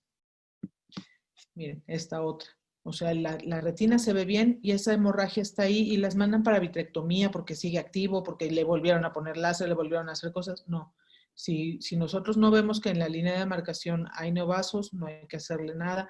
Mi criterio para inyectar es sí y solo sí volvió a hacer neovasos. ¿Ok? Si hay neovasos en la línea de demarcación, de nuevo ponemos inyecciones. Y volvemos a hacer todo el screening porque puede ser que no se arrope. ¿Ok? Que tenga alguna otra cosa agregada, por ejemplo, plaquetopenia, es bueno, no es plaquetopenia, es en la plaquetopenia tenemos una baja en plaquetas y aumento en las retinopatías. Algunos niños tuvimos ya uno con un shaken baby, no por maltrato, sino por maniobras agresivas de reanimación neonatal. O sea, tenemos que volver a estudiarlos y ver realmente qué es lo que está pasando. No todas son reactivaciones por retinopatía del prematuro. Y la retinopatía inducida por oxígeno, que, bueno, nuestro medio es el coco. Ahorita estoy viendo un aumento increíble en retinopatías inducidas por oxígeno.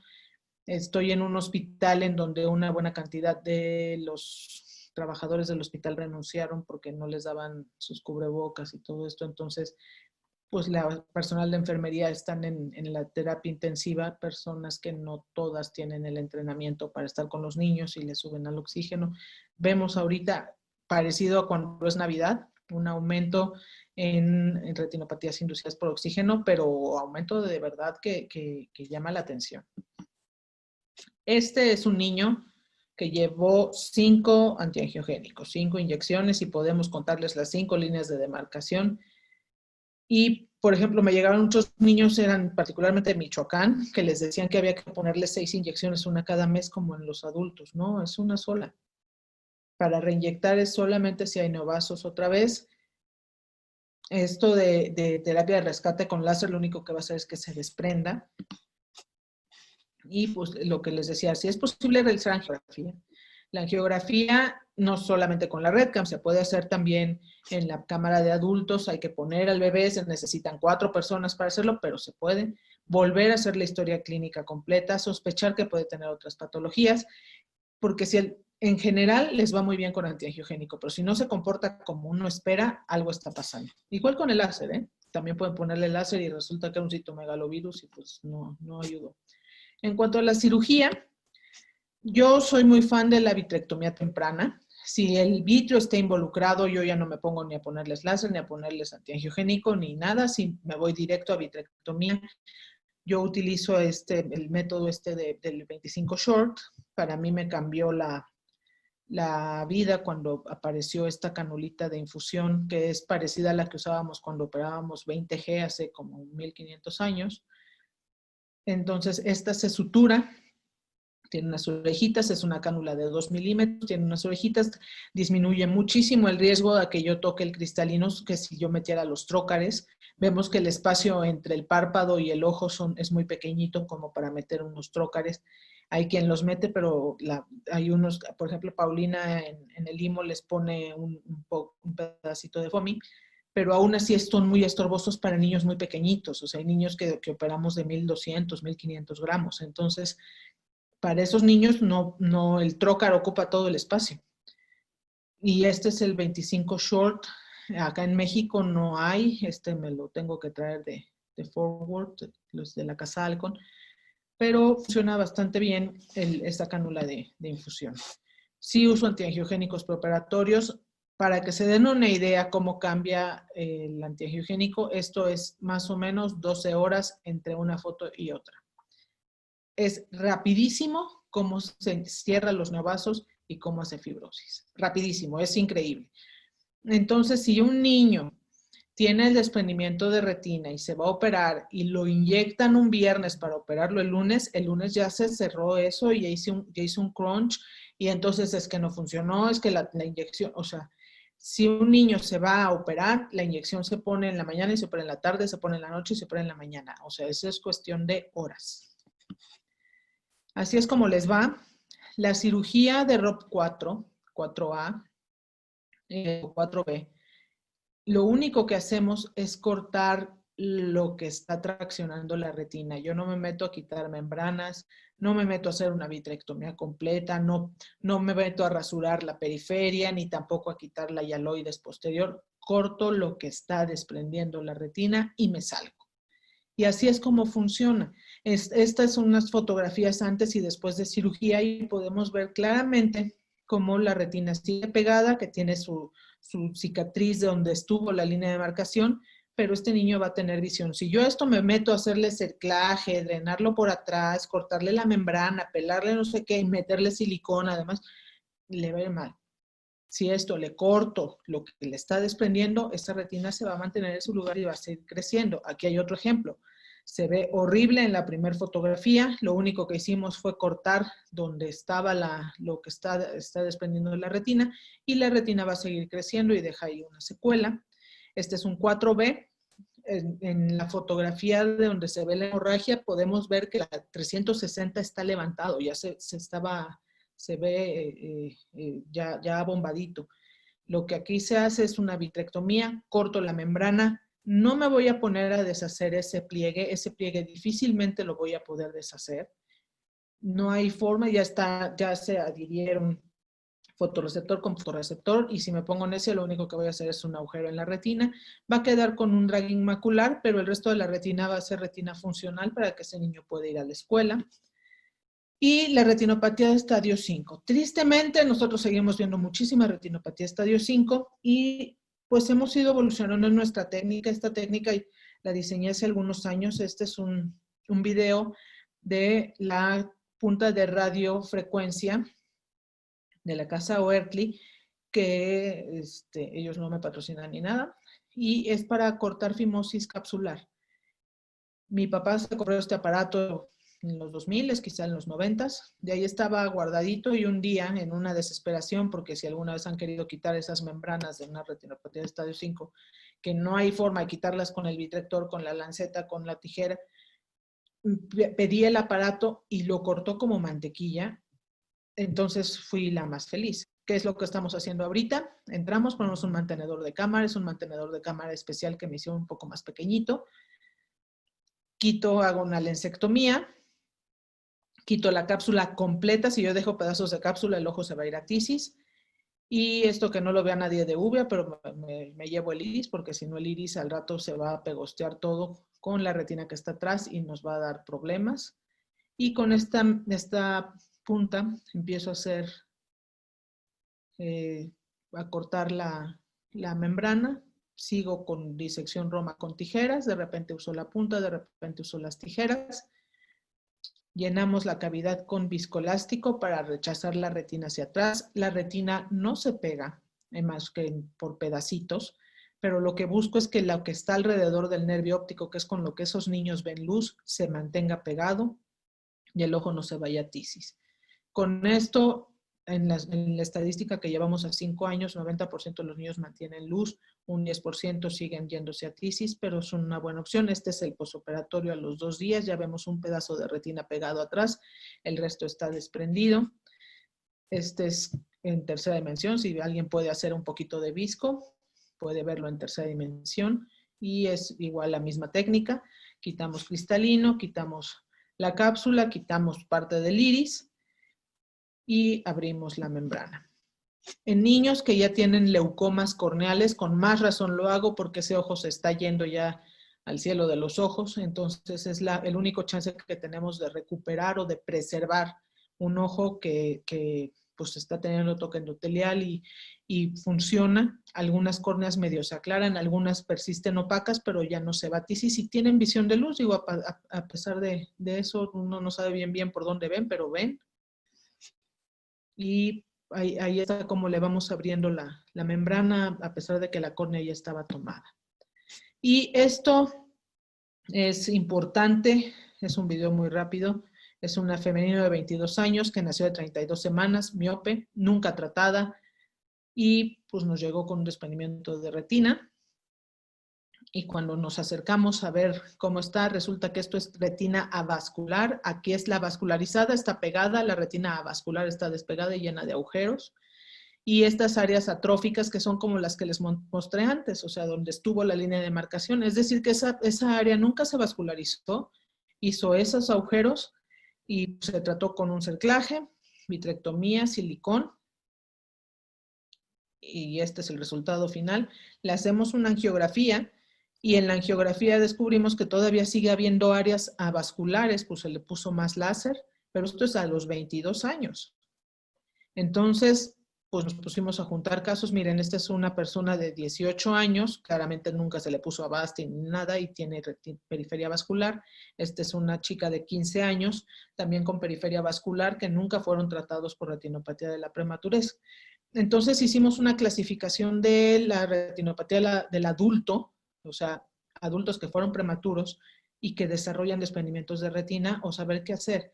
Entonces puede ser que solamente tengan tracción del vitrio con una esquisis, como en este caso. Aquí hay que hacer vitrectomía y pelar esa membrana, la hialoides, hay que quitarla. Es difícil, pero sí se puede. Tenemos estos desprendimientos exudativos. Muchos de estos desprendimientos exudativos hacen hemangiomas en la periferia y los confunden con las hemangiomas que me digan en retina, y realmente son porque en la línea de demarcación hicieron un hemangioma estos niños que son prematuros. Hacen desprendimientos serosos, se tiene que drenar y en lo posible no tocar el vitrio. Estos drenajes sale líquido y puede ser que requieran más de un drenaje. Hay que poner el láser periférico. Ya me lo acaba el video. Me adelanto un poquito. Estos desprendimientos lo único que se mantiene pegado es la mácula y también es con vitrectomía. Y desprendimientos gigantes en donde esté el límite entre el láser y la retina que no fue tratada, o el crío y la retina que no fue tratada, son muy difíciles de manejo porque son lesiones muy posteriores, ahí no sabemos bien si ser claro, si no ser claro, por lo posterior de la membrana. Empiezan, los más pequeños que hemos tenido han sido de 9 años y la gran mayoría han sido después de los 19. Y los látices asociados al desprendimiento, como el que les mostré apenas, enojos miopes de prematuros que tampoco fueron tratados antes. Es decir que la retinopatía del prematuro es una enfermedad de por vida. Hay que tratarla como tal, hay que estarlos revisando, hay que recordar que el vitro es diferente, que hay membranas que son muy anteriores, que pueden estar muy adheridas al cristalino, que tienen una línea de marcación que todavía tiene adherencias que son patológicas, pueden tener agujeros que no son visibles y pues hay retina avascular. Entonces estos niños hay que vigilarlos toda la vida. Y pues nada más, en época COVID esto es lo que estamos haciendo. Tenemos que revisar ahora a los niños como si fueran Blancanieves adentro de la cajita.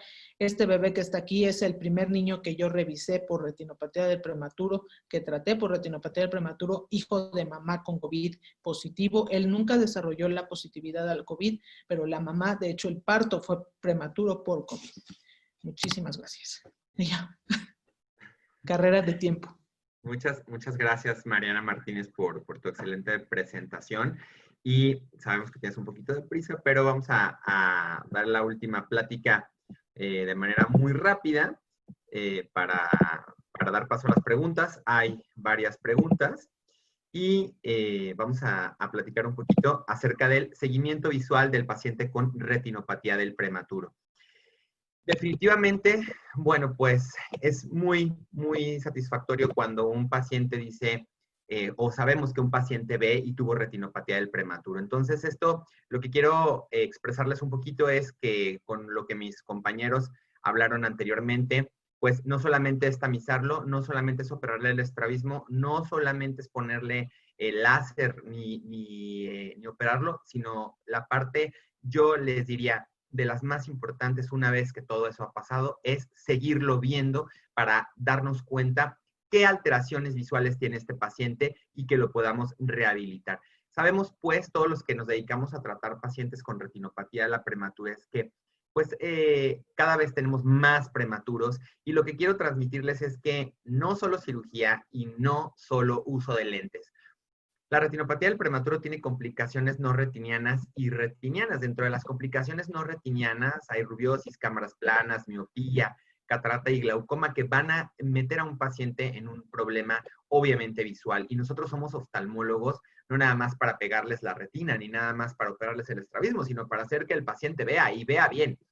El nistagmus, el estrabismo, la ambliopía, catarata y glaucoma son problemas que nos van a orillar a pacientes con baja visión. No solamente hay que utilizar una refracción, una buena refracción obviamente, ni tampoco solamente el parche. Hay que hacer una buena rehabilitación visual. El desarrollo psicomotor depende en gran medida de un excelente desarrollo visual.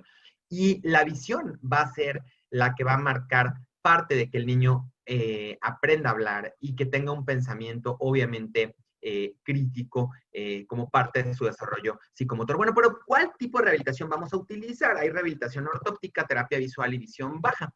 Particularmente, yo utilizo para rehabilitar a estos pacientes una terapia visual comportamental, es decir, la que tiene que ver con el comportamiento, y les voy a decir por qué. Porque hay que mejorar el rendimiento y eficacia visual mediante ejercicios para desarrollar habilidades con el objetivo de conseguir aprendizaje. A veces nos confundimos y pensamos que la terapia visual es un tratamiento. No, lo que vamos a hacer con la terapia es ayudarle al niño a aprender. ¿Cómo lo vamos a hacer? Considerando las condiciones personales. Una alteración visual va a tener una dificultad de atención, obviamente, que va a alterar la integración visuomotora con problemas de lectura y escritura. En ocasiones se puede falsamente diagnosticar un trastorno de déficit de atención con hiperactividad y obviamente va este paciente a recibir falsas etiquetas, cuando realmente lo que este paciente tiene pues es que no ve bien porque no fue rehabilitado correctamente. La terapia visual va a producir un cambio cognitivo y ese cambio cognitivo nos va a permitir que el paciente aprenda. La visión se aprende y por tanto se puede entrenar. Podemos entrenar la postura, el movimiento, la identificación de estructuras, por supuesto, el habla y la audición. ¿Qué hacemos en la terapia visual? ¿O qué se hace? Se desarrolla, mejora e intensifica las capacidades visuales en los niños. Como ya les dije, se puede la visión entrenar y rehabilitar. Esto hace que se prevengan secuelas visuales irreversibles, se consigue un mejor rendimiento escolar y deportivo, se intensifica el funcionamiento de las tareas que demandan un esfuerzo visual y se compensan problemas visuales cuando están desarrollados. ¿Qué ejercicios hacemos? Trabajamos el equilibrio, la memoria visual, la fijación y los seguimientos, la integración visomotora, la coordinación ojo-mano y ojo-pie, la periferia y, por supuesto, la acomodación. Todas estas son indicaciones para que un paciente reciba terapia visual: ambliopía, catarata, glaucoma, desprendimiento de retina y graduaciones altas. Los pacientes con retinopatía del prematuro tienen todo eso que ustedes están viendo ahí. La retinopatía del prematuro va a generar un estrés visual. La adaptación del individuo a la demanda visual que le estamos presentando puede hacer que tenga cefalea, fatiga, ojo rojo y alteraciones posturales. Esto se puede tratar completamente o se puede mejorar con una terapia visual de calidad. ¿Cómo lo hacemos? Con filtros de luz, colores, altos contrastes y ejercicios para estimulación visual. Si el problema del paciente es que tiene un problema como tal de visión, trabajamos ejercicios con luz. Si tiene un problema de posición, que no sea quirúrgico, un estrabismo que no se tenga que operar, trabajamos ejercicios de acomodación y de antiacomodación. Si tiene ambliopía, trabajamos con ejercicios para la antisupresión. Y si tiene alguna alteración, obviamente que la va a tener de estereopsis, hacemos procedimientos binoculares. Aquí, por ejemplo, este paciente está trabajando la fijación. Aquí estamos trabajando la coordinación ojo-mano con la pelota de Mashdem. Aquí estamos trabajando la memoria visual. Aquí estamos trabajando el equilibrio. Y con esta serie de ejercicios, nosotros podemos hacer que el paciente logre aprender, qué es lo que queremos, que aprenda, no solamente mandarle unos lentes. ¿Qué pasa cuando el paciente no puede acudir a un centro de terapia visual o un lugar donde se le pueda rehabilitar? Se le puede hacer una terapia visual para casa. Este es el kit que nosotros mandamos para casa. Obviamente citamos al paciente, le decimos cómo lo va a utilizar y cómo lo vamos a entrenar para que ese paciente pueda desarrollar sus habilidades visuales de manera correcta. Este es un paciente que me gusta siempre presentar porque en febrero del 2018 en el potencial visual reportó una amplitud de respuesta severamente disminuida. Y en 2019, 1 año y 2 meses después de haber recibido terapia visual, el paciente tenía resultados compatibles con adecuada respuesta neuroeléctrica de la vía visual para ambos ojos. ¿Por qué? Porque se rehabilitó y porque se le enseñó a utilizar su visión. Finalmente, un paciente con retinopatía del prematuro necesita más que unos lentes y un parche. La terapia visual no es un tratamiento. Su finalidad es integrar la visión con las actividades diarias, con la escuela, con los deportes, con el juego. Hay que la terapia acompaña el manejo oftalmológico de un paciente con alteraciones visuales y, por supuesto, hay que individualizar cada caso. Termino diciéndoles esto. Si fuera tu hijo, ¿solo le dabas o le ponías solamente la refracción o te gustaría intentar con terapia? Lo peor que puede pasar es que ese paciente aprenda a andar en bici. Este paciente es un paciente que la doctora Mariana Martínez trató. Es un paciente muy complicado y lo trató, y este paciente puede andar en bici, puede identificar formas, colores, y es un paciente que es independiente a pesar de haber tenido una retinopatía de la prematurez grado 5. Muchas gracias y vamos a dar paso a la mesa redonda. Les pido por favor a los ponentes si pueden activar sus cámaras y sus micrófonos para poder hacer la mesa redonda. Angelita, gracias. Y falta Humberto, si pueden activar su cámara, por favor. Juan Carlos, ¿quieres comentarnos algo? Solamente felicitarlos a todos. Realmente todas las ponencias fueron, como siempre, nos tienen acostumbrados todos, excepcionalmente buenas. Yo creo que la gente aprendió más de lo que normalmente aprendemos en un webinar acerca de ROP. Algo de excelencia, como siempre. Mariana, Ángela, José, Humberto y a ti, Luis Javier, muchas gracias por participar y te dejo nuevamente la palabra para que guíes las preguntas. Hay algunas, la mayoría son para ti, Mariana, pero yo creo que todas son interesantes e importantes. Yo quiero preguntarte, Angelita, ¿tú qué crees que sea la diferencia fundamental de lo que estamos haciendo ahorita en el 2020 en cuanto a retinopatía del prematuro, porque, bueno, pues tú seas siempre pendiente de todas las novedades. ¿Qué ha cambiado a lo largo de este tiempo en el diagnóstico de la retinopatía del prematuro? Bueno, fundamentalmente yo creo que somos una comunidad junto con los neonatólogos, los oftalmólogos pediatras y los oftalmólogos retinólogos, que finalmente cuando hacen el tratamiento, pues estamos completamente unidos. Las unidades de cuidado intensivo cada vez encuentran más soportes, digamos, tecnológicos para que los niños prematuros, como mencionábamos antes, niños de 22 semanas en este momento sobreviviendo, cuando yo estudié medicina, esto no era viable para nada. Entonces nos vemos abocados a nuevos tipos de enfermedades, como mencionaba Mariana. Nuestros países están desarrollando un poco más, digamos, van atrás de los países en desarrollo, pero sin embargo, en nuestras ciudades, en nuestras grandes capitales, hay centros con tecnología que permiten llegar a este tipo de desarrollos tecnológicos muy rápidamente.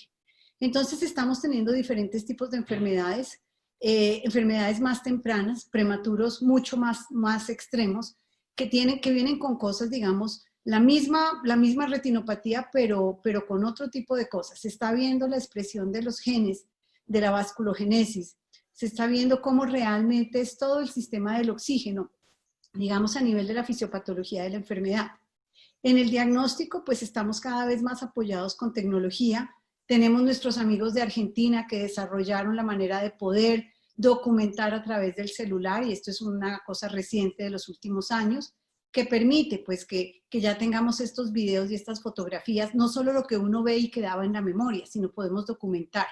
La RedCam, todo el tipo de cámaras fotográficas que ayudan y son un soporte en los sitios donde no hay de pronto un oftalmólogo especializado. Entiendo que en México hay ahora muchísimas RedCams. Eso es una gran ayuda en el diagnóstico, en el poder detectar esto tempranamente y, como les insisto, en estar encadenado al neonatólogo. Y en el tratamiento hemos visto cómo va cambiando. Mariana comentó pues que ya, por ejemplo, el láser era el tratamiento estándar, ya no es el tratamiento de elección, es una de las elecciones, porque los antiangiogénicos están teniendo un gran protagonismo en este momento. Todavía falta inclusive dosificar adecuadamente el antiangiogénico, saber cuál de todos los que hay en el mercado es la molécula ideal, pues se está estudiando, pero fíjate que han habido muchos cambios y Latinoamérica es un crisol definitivamente de posibilidades y tenemos toda una gama de expresiones de la enfermedad y del tratamiento. Mientras nosotros tengamos este problema socioeconómico en que no hay, digamos, el adecuado manejo médico para ciertos sectores de la población, vamos a tener retinopatías muy severas y vamos a estar, digamos, en el pasado. Y hay otros sectores que van avanzando y que van mostrando cómo las técnicas quirúrgicas, por ejemplo, la retinopatía 4 y 5 antes tampoco se daba por operar. Ahora hay técnicas que permiten que estos pacientes tengan una oportunidad. Entonces yo creo que todo va encadenado, hay un gran cambio, lo estamos viviendo, y yo como oftalmopediatra empiezo a ver cuando hacemos congresos que, tengo que mencionarlo, las compañías farmacéuticas ahora nos están viendo la cara de bonitos, porque definitivamente en la parte de neonatología los antiangiogénicos están teniendo un espacio. Antes, definitivamente, la parte de retinopatía del prematuro no tenía una gran, digamos, no era muy vistosa. Hoy en día creo que es un foco de un punto muy importante y espero que todos los avances tecnológicos nos ayuden. Gracias, muchas gracias, Angelita.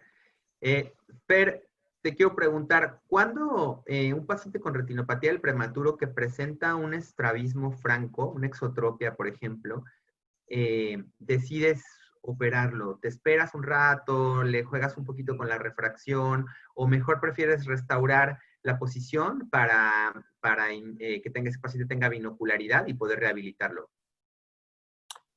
Bueno, es que depende de la edad y del momento en que hagas el diagnóstico.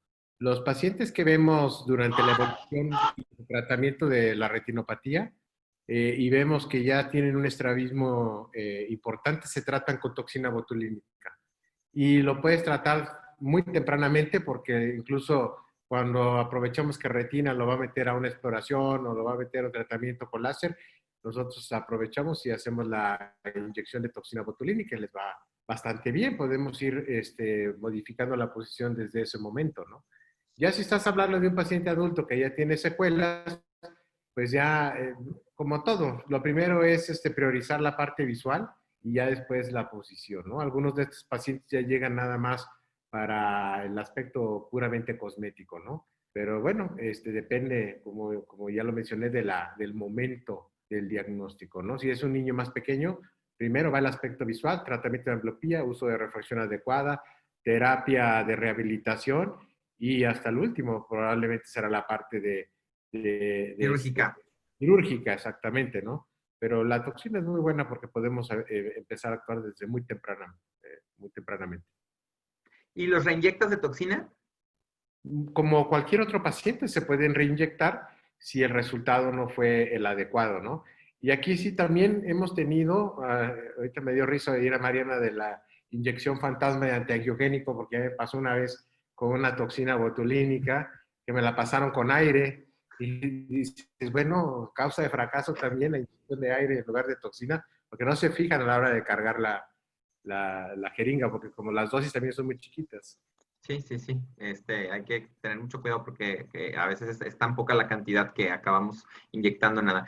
Beto, ¿me escuchas? Porque tenías por aquí problemas de conexión. Beto Ruiz. Creo que no me escucha. No me escucha. Bueno, vamos a ir con las preguntas con Mariana. Mariana, tienes un montón de preguntas. Escucho. Escucha. Perdón, listo. Sí, Beto, ¿cuál crees que sea? ¿Me escuchan ustedes a mí? Sí, te escuchamos bien, te escuchamos, Humberto. Más bien, ¿cómo influye una imagen de una tomografía, de un OCT, en tu decisión de tratamiento? En realidad, nada más para hacer una breve recapitulación. En este caso, los hallazgos son solamente...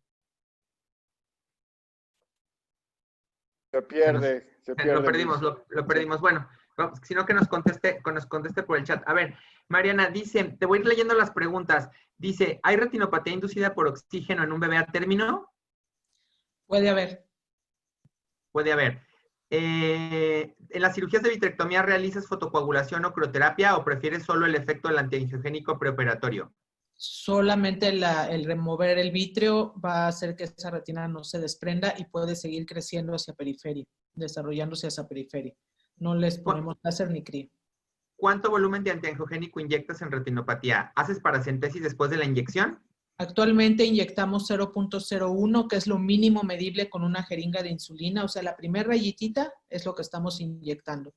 Hay un paper donde inyectan todavía menos, pero el problema ya es que tienes que diluir porque físicamente no contamos con jeringas más pequeñas. Entonces, diluyes y el diluir implica aumentar el riesgo de una endoftalmitis. El Rainbow usa una dosis 3 veces más grande que lo que nosotros estamos usando, que es más o menos la tercera parte de lo que usan para adultos. Una pregunta ahí, Mariana. ¿Depende del antiangiogénico? ¿Es la dosis o es una dosis estándar de 0,1 independientemente del antiangiogénico que utilizas? Nosotros, independientemente del antiangiogénico, usamos una dosis chiquitita y creo que con mucha menos todavía funcionaría, pero pues no hay físicamente una jeringa para ello. De acuerdo. ¿Recomiendas, Mariana, láser en retina periférica vascular? No. No, ¿Por porque qué? se puede romper, se puede desgarrar de la cicatriz entre el láser y la retina. Una cosa es retina no vascularizada y otra cosa es retina isquémica. La retina avascular en periferia es retina que su demanda metabólica está cubierta por la coroides y puede tener capilares que van de coroides hacia retina. Y una retina isquémica es una retina enojada, es una retina que va a tener neovasos, es una retina que se nota que ahí está mandando VEGF y otros factores de crecimiento vascular. Es muy diferente algo avascular que algo isquémico. De ahí nos sirven bastante las imágenes de fluorangiografía. Sí, Tú sí, tienes la facilidad de tener una fluorangio, pero clínicamente, ¿cómo nos las puedes orientar, sobre todo a los que no tenemos fluorangio, entre una isquémica y una realmente avascular? La isquémica va a tener neovasos en la línea de marcación a fuerza y va a tener enfermedad plus, o sea, se ven los vasos tortuosos, se ve, les digo, se ve una retina enojada, se nota, sí se ven. Y la otra no, la otra es un ojo... Tranquila, fría. Bien, otra pregunta. Espérame un segundito. Espérame un segundo. ¿Podrías proporcionar la información para retinopatía inducida por oxígeno que estás viendo con mayor frecuencia, Mariana?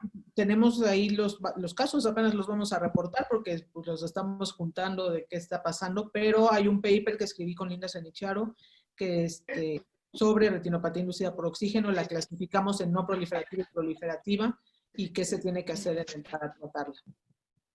Ese sí, hay un paper, lo buscan en el ResearchGate y aparece. Humberto ya no se está escuchando, Luis. Humberto, adelante.